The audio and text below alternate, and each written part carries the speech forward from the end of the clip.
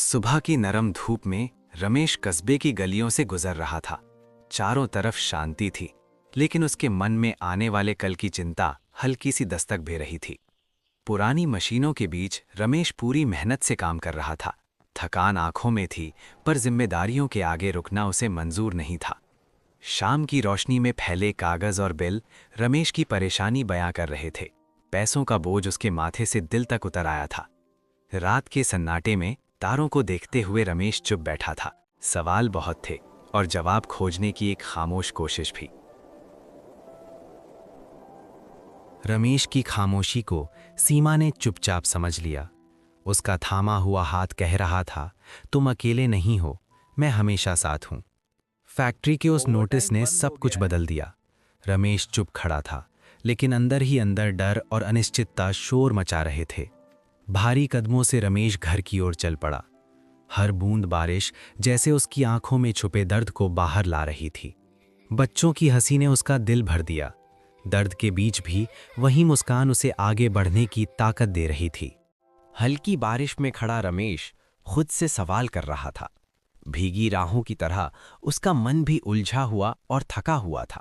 उसी खामोशी में हरिहर काका की मुस्कान से उम्मीद की किरण जागी। कभी कभी एक मुलाकात जिंदगी की दिशा बदल देती है। चाय की भाप के साथ जीवन की सच्चाई भी सामने आई। काका बोले, हौसला हो तो हर गिरावट नई शुरुआत बन जाती है। घर लौटते हुए रमेश के कदम हल्के हो चुके थे। डूबते बादलों के बीच उसे अपने भीतर उजाला दिखने लगा। उस छोटे से कमरे में रमेश ने नए सपनों की सफाई शुरू की। आज मेहनत थी और कल की उम्मीद भी। ध्यान से घूमता हर औजार रमेश के हौसले की आवाज था। छोटी शुरुआत में उसने अपने बड़े सपनों को जोड़ना शुरू किया। सीमा की मुस्कान और चाय की गर्माहट ने रमेश को ताकत दी। जब साथ सच्चा हो, मेहनत कभी अकेली नहीं लगती।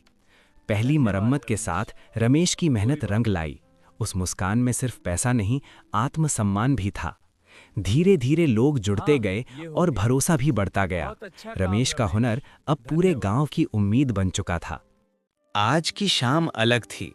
थाली सादी थी, पर दिल भरे हुए थे। रमेश समझ चुका था, सुख साथ होने से बनता है। उसी छत पर खड़ा रमेश आज मुस्कुरा रहा था, क्योंकि अब सवाल नहीं थे, सिर्फ सुकून और भरोसा था। उगती रोशनी की ओर देखते हुए रमेश ने जाना, पैसों का बोझ नहीं, हौसला ही इंसान को आगे ले जाता है। कहानी पसंद आए तो लाइक, शेयर, सब्सक्राइब जरूर करना।